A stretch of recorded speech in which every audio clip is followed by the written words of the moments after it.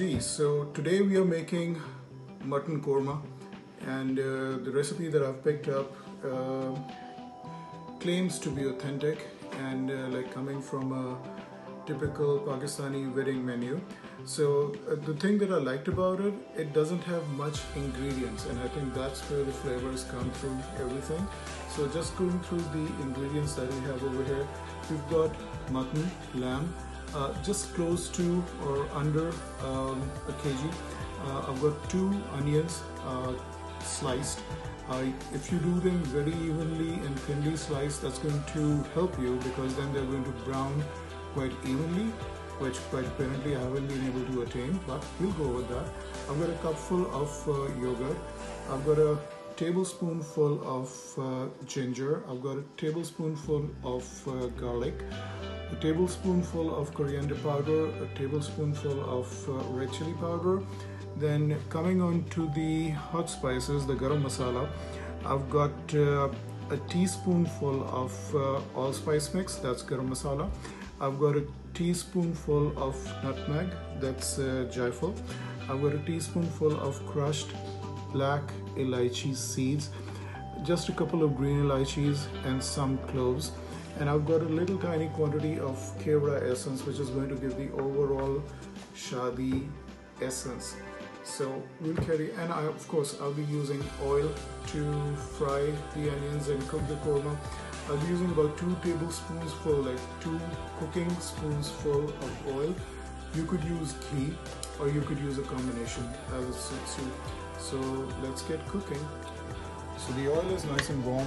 I'll drop in the onions. We will brown the onions evenly, and then we will take them out, drain or strain the excess oil, and chop them, blend them, or mush them, however suits better. Then we're going to use the same oil to fry the meat. These are now nicely browned. I will take these out and I will add the meat to the same oil. With the onions now nice and brown, I'm going to leave them aside and grind them later. We will now move on using the same oil. I would rather give in the cloves and the green elaichi, just a few, 3 green elaichi, 3 cloves, with the garlic paste and the ginger paste, and this is going to splat. In goes the ginger paste. I'll give it a quick toss.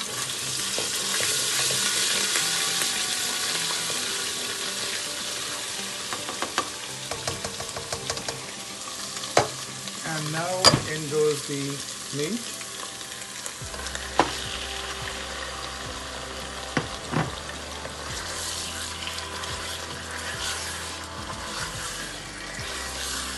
Give it a quick toss.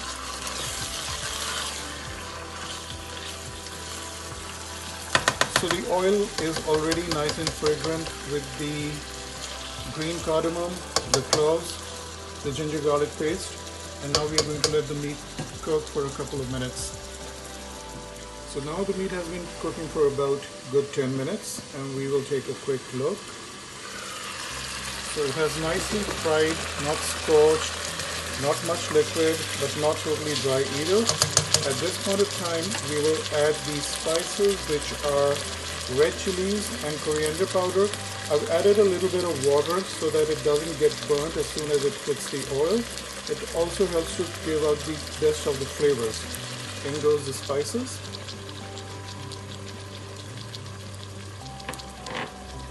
And salt to taste. Giving it a quick toss.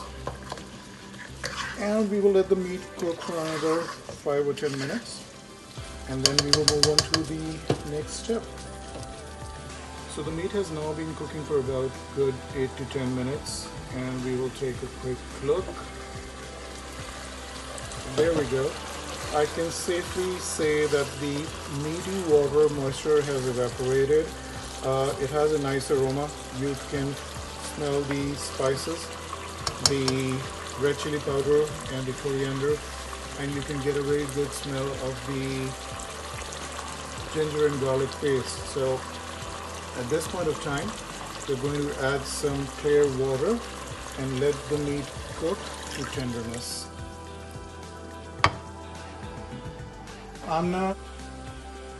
So now that the meat has been cooking for about good 20-30 minutes, let's give it a quick check. Yep, all the excess moisture has reduced. The oil has started showing on the edges. The meat is nice and tender, but still on the bones and intact. So this is the time when we add the yogurt, the caramelized browned onions,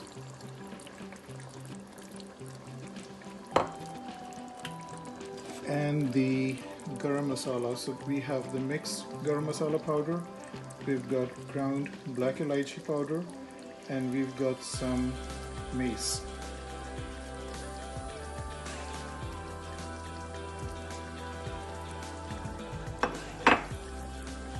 Give it a quick toss.